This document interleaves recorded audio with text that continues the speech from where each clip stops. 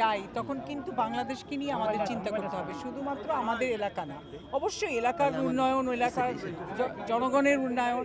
এবং শুধু একটা কথা বলতে চাই আমি, যে আমার এলাকার মানুষ কিন্তু আমার সোনার মানুষ না, ওরা হলো আমার প্রাণের মানুষ। বুঝতে পেরেছেন? প্রাণের মানুষ আমার।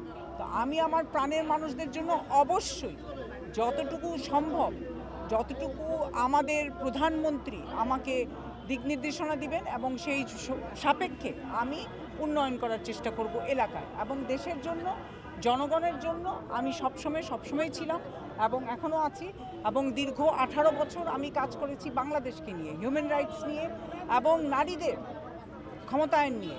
এবং শুধু নারীদের ক্ষমতায়ন না, নারীদের অধিকার, নারীদের নির্যাতনের যাতে আমরা ওদেরকে করতে পারি, এবং পুরুষদেরও। Human rights is very important any democratic স্পেসে।